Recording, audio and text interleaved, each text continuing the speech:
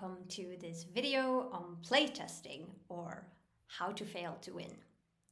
This presentation is building a lot on a presentation made by Anders Sivertsson. He was a TA when I worked as a teacher at Gothenburg University, and he did his presentation for the game design students there. So a big thank you to him for letting us steal heavily from his awesome presentation. Why and when? So why do we playtest? Games are emergent systems, and emergent systems are unpredictable. And for us, that means that the theory we have often is very different than the practice. So we need to align our expectations of the game with reality, and playtesting is a way to do that. As a game designer, you are actually tackling a second-order design problem, because you are never directly designing the behavior of your players. Instead, you are designing the rules of the system, which then, hopefully, will lead to certain behaviors from the players.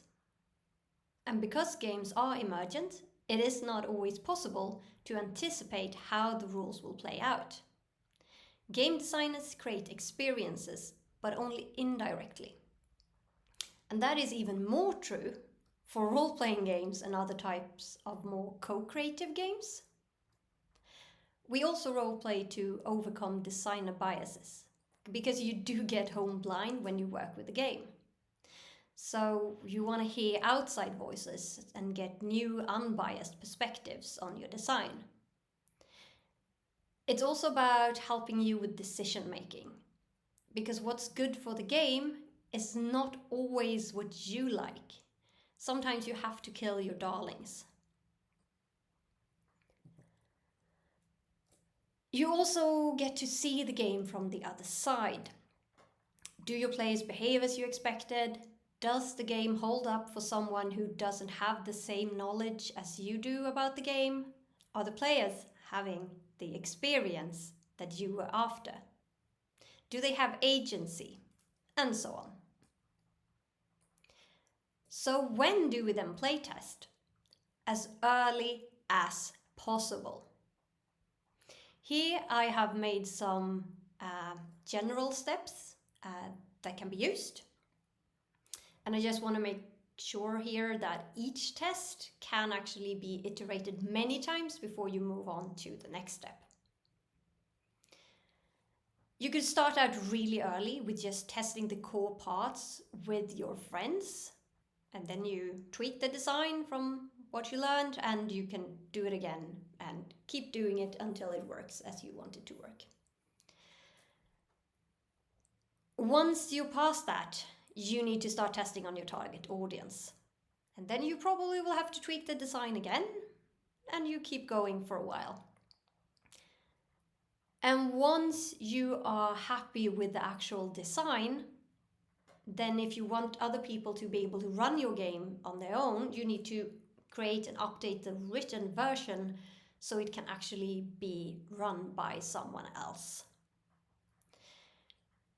When that is done, you need to do a blind test by having someone else run it without you giving any feedback or instructions. And this is so hard. They will have questions. Is this what you mean here? And you can't answer. You just need to keep going and take notes and realize I wasn't clear here. And after that, you update the text, and then you can blind test again with another group and so on.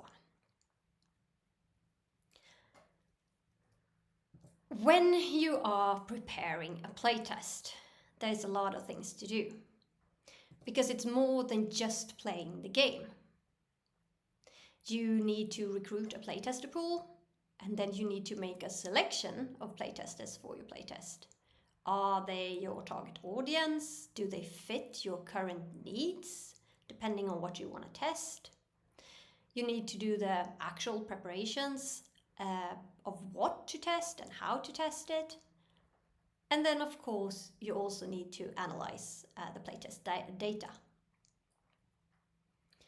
So let's get a bit deeper into what it is you are testing. So what you see here, we will go through it. This is from Tracy Fullerton, and it is originally created for digital games. And the concepts here differ a bit from how we use them, and I don't fully agree with the definitions here, all of them at least. But I think the categories themselves can be really helpful. So let's just take a look at them. So you can test for functionality. Does the game work? Is it functional? And here they have, can someone who knows nothing sit down and play with what's there? Can they interact unaided? Then we have completeness. Are there any loopholes, exploits, any dead ends, something missing? Then we have balance, and here I don't really agree with the definition. Does the game meet the goals you have set out for the player experience? I would say balance is more about equaling it out, that it works. I understand what they're after, but for me it's not necessarily the player experience in whole. It's more, does the game add out, or is it very uneven? If you have any type of winning condition, does the same person always win if you get a card or something, if you have that in the game, and so on? Is it unbalanced? Then we have fun, and this is what I would describe as, do the game meet the goal you have set out for the player experience? Because I associate player experience a lot with emotions. And here you can see that Tracy also have, are the players emotionally invested? Is it a good challenge? Is the play working as it should? Is the story working out, the narrative, which is very important for us, of course, as role-playing game designers. And then we have accessibility, and here I also don't really agree with the definition. Can the intended users pick it up and understand it without you? Because that here is the same as in functionality, which makes it, I don't think they are the same thing. But I really do agree that if a game is not accessible, no one will ever know it's good, and accessibility is very important. And we have talked a lot about that, also in relation to safety. So I'm not going to go deeper into that. But here you can see you can test for different things. Also, since this is an academic course, what you test for can be something specific in relation to, for example, an academic concept. And of course, those concepts can fit into any of these categories, so they are not mutually exclusive. What is also important for playtest is what you are not testing for. And you don't want to test for things you already know are not working. There are times when you want to do that. Maybe if you want to find out how the players would tackle that specific problem. To see how they go about it might help clarify the issue for you if it's unclear exactly what the issue actually are. And the playtesters then might come up with a workaround or a solution during play. And you can of course also ask them for input on how it can be improved if you are stuck. But in general, don't test for things you already know are not working. So if the characters are not done yet, don't wait for them to go into that. Instead, acknowledge and point out unnecessary feedback before starting the test. Then you can just say, the characters are not yet done, that's not what I want feedback on, that's not what we're testing now. So ignore that and look for other things, for example. And we talk about how you test and you go back and you test, and this is, of course, iterative testing. For iterative testing, what's important to think about is that if you make many changes, that means you have many sources for new errors. You want to make one change, then test that change in a small setting, evaluate and revise or move on if it worked. And then you make one other change, because if you do 5 changes and then you test it and you find out it worked better, well, you don't know which one of the changes you did actually made it better. Maybe 2 of the changes you did make it really a lot better, but 3 of them actually made it worse. What you wouldn't know. So make sure to just do one change at the time. And this leads us to the testing conditions. You don't always test the full game. Test a part of the game which suits what you want to learn. Maybe you want to explore some oddities. Maybe you want to see how the end could be different. If you have a system-heavy game, then you could start maybe at the end game where you have set up where they're already at and just test that part. Or you want to see how the workshops help with going into character, then you can test the workshops and start playing maybe the first scene or a short part, and then you break. And you stop in the middle just to see how that part worked. Doing playtesting and working with games professionally, this also becomes a question about money and of course time. Time is money. How much can you actually afford to test? Because it's expensive to have people doing a lot of tests. And how much can you afford to keep without having tested it properly? Maybe some parts you have used before, know how they work. Maybe you can afford to not test it. But also think about what consequences that might have. If it turns out it actually doesn't work, can you go back later and change it? And what would that cost? Can you afford that?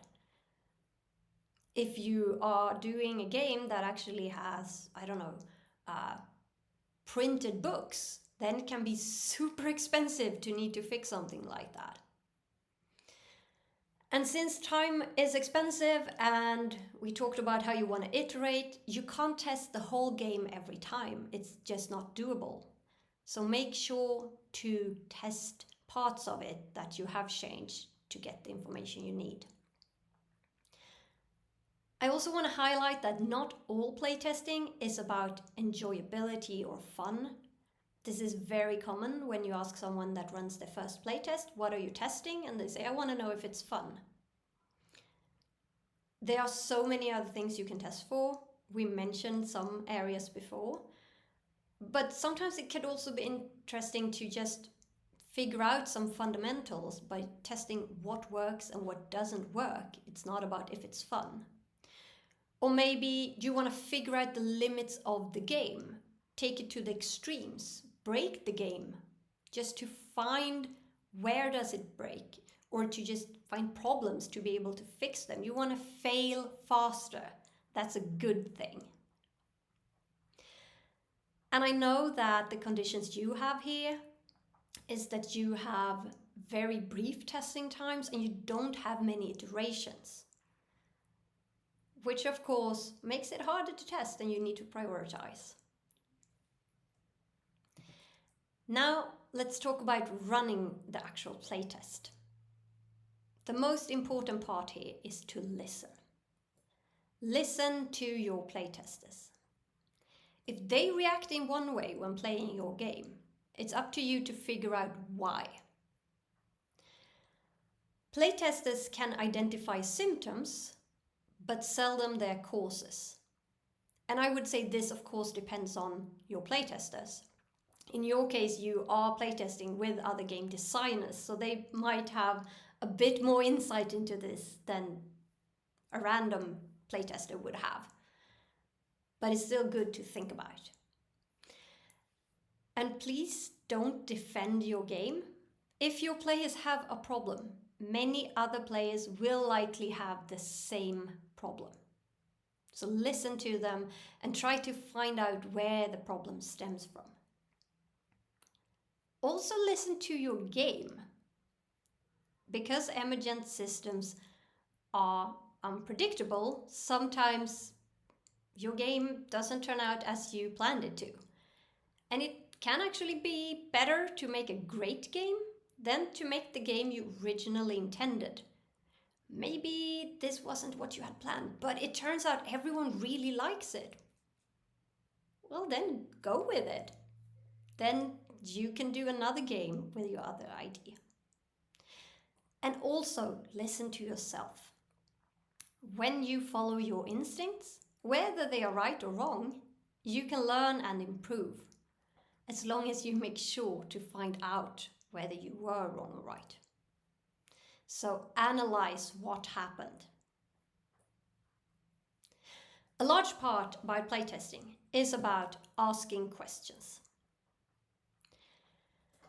And this can actually be way trickier than you think, because if you use leading questions, you might miss very meaningful context or viewpoints. Should I add more of this? Sure, why not?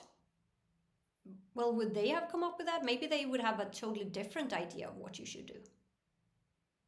On the other hand, if you use very open questions, you might not get any information that is relevant about the things you really need to know about. And then we also have the Hawthorne effect. That is that we as humans often change our behavior when we know we are being watched. So this means that your playtesters probably want to do it right. And acknowledgement feels like improvement, even if it isn't. And your player might try to make you happy, because that's what we do. They try to play it correct, which might not be what happens when someone who is not being watched are playing it. So something you can do about this is to get your users to think aloud. That can be really helpful. And also answer questions with questions. Is this how it should be done? How would you like to do it? Instead of giving them the answer. You can always say it's more like coaching. Within coaching, what is very important is that they are the ones who know the answer, not the coach. The coach's job is to coax it out of them. You work with questions like what, why, when, how, where, and who. As you can see, I have highlighted the why, and that is because I want to let you know that you should be a bit careful about it, because it might make players feel blamed. How you emphasize the words becomes really important when using why. I am using why questions in my video about how to be a good playtester, since there it is not happening during the playtest when the players might feel put on the spot.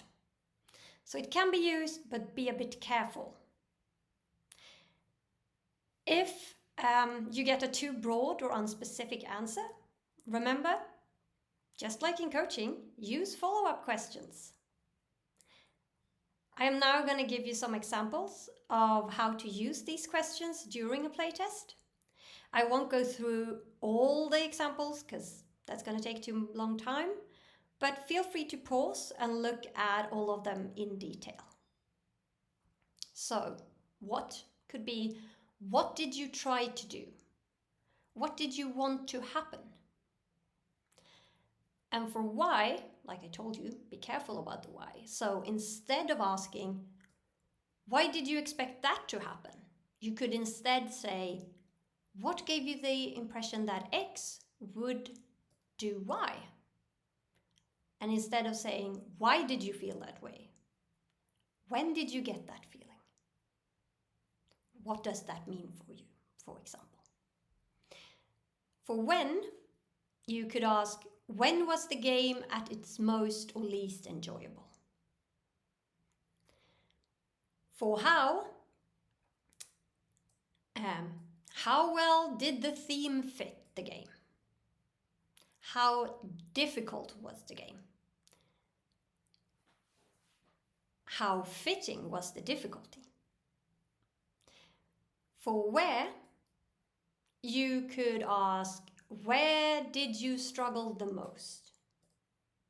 Where would you say the game's strengths are? Or for who, you could ask, who do you think this game would be fun to play with? So here are some examples. And some of these are geared more towards system-heavy games or even board games. Data gathering. There are different ways to gathering your data. You have the more passive version, which is note-taking, where you will just take notes of what they're talking about. You can record the data. Very important here is to get consent when recording. And if it's for an academic situation, it's not even a question. You have to have consent. Also, I would recommend written consent to make sure that everyone is okay with this. And for a lot of this, if it's full-on research, you would have to have ethical approval to be able to work with, as soon as you work with human subjects, that is relevant. Also, I know this is a discussion, I know how it's formulated can be discussed, but anyway, we have informal or formal ways of doing it. We can call them qualitative or quantitative, but of course there are formal qualitative ways of collecting data. For example, maybe a more informal way that would also be qualitative would be to have a group discussion after, where a more quantitative approach would be counting the number of times a certain thing happened in the game. And both of those can be done while also taking notes. But there are more ways to communicate than talking. There are many other ways, but I will mention a few here. The most classic one I would say are to work with questionnaires. Then you can either do them at once and ask them to fill them in, so you have it written down from everyone. The good thing with getting them to write it and maybe do it anonymously is that you could get information they might not be comfortable sharing in the group.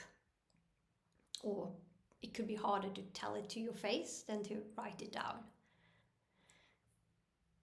You could also use the questionnaires a couple of days or a week after, or weeks after, depending on your game. Because some of the feedback might not come at once. Sometimes you need to let the experience land a bit to be able to give feedback. But there is also risk with this. You might end up with a lot of people not answering at all because they are not there, so you can't make them do it at once. You could have them write taglines. I think this can be really helpful to see your game with new eyes. Ask them to, if this were a movie and you would write the tagline of the movie, what is it about? Give me one sentence to describe this game. Can be really helpful. And you can work with UX curves. I'm going to show you an example of this. Here I have done one. It's just written by hand, super easy, that you can use. And what you see here is a horizontal line. That's time. So from the experience started until it ended. And on the vertical line, you have the actual experience. And what you're asking for on the vertical line can differ. It could be about fun. It could be when were you emotionally engaged, immersed, whatever it is you want to test for. And then the dots are specific highlights. So here I have chosen some ones that are more specific. You could give them these, like I have here. So maybe they start with putting out, where were you, how emotionally engaged were you? Okay, at the intro, yeah, a bit. Then we got our character. That got me really more into it. But then we had to practice names. That wasn't something I really got into a lot. Then we had the first scene. That was slightly better. And you can see you can follow the curve of the engagement throughout the game. You also can leave it up to them to do this, so you don't give them, please mark out scene 2, scene 3, the epilogue. Just leave it up to them to highlight, just draw their curve and explain what the highs and lows really were for them, which can be really good to get an idea also. And I think this can be very helpful. And remember, you don't want it to be super high all the time. You probably want a bit of movement going through it. Okay, so now you failed. You've tested. What are you gonna do now? Remember here, failing was kind of the point. So when you want to make your changes, what is important here is to look at the changes you want to do and then prioritize the changes. Because like we said, you don't want to make a lot of changes at the same time. So prioritize what is most important to test, because you might not have time to make all the changes or test all of them. Keep notes and some kind of version handling to be able to see what changes between the tests. Also because we do from time to time in some of these courses ask you about this in your final assignments, to think about what you changed and what that resulted in. This is also part of research through design, so this is very important. And have a follow-up test. If you do a change, you can't say, this didn't work, so I've changed it. Okay, but have you tested if it works now? Because otherwise you don't know if it actually had any effect. And then you want to ensure, of course, that the trends are going in the right direction so it doesn't get worse. It can be good to think about, is the problem here the system or is it the player expectation? Which one needs adjustment? Maybe you've done a great game, but you sold it in one way and so the players expected something else. Then it doesn't matter that you've done a great game because the players expected something else.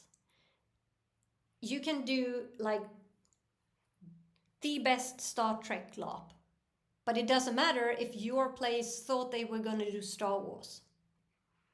Then they are not going to be happy.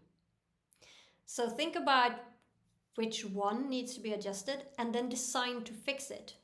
Because you can also design for the player's expectations, remember that. And be bold. If you overshoot, that means you will probably get new types of feedback, and that will also help you with bounding the issue.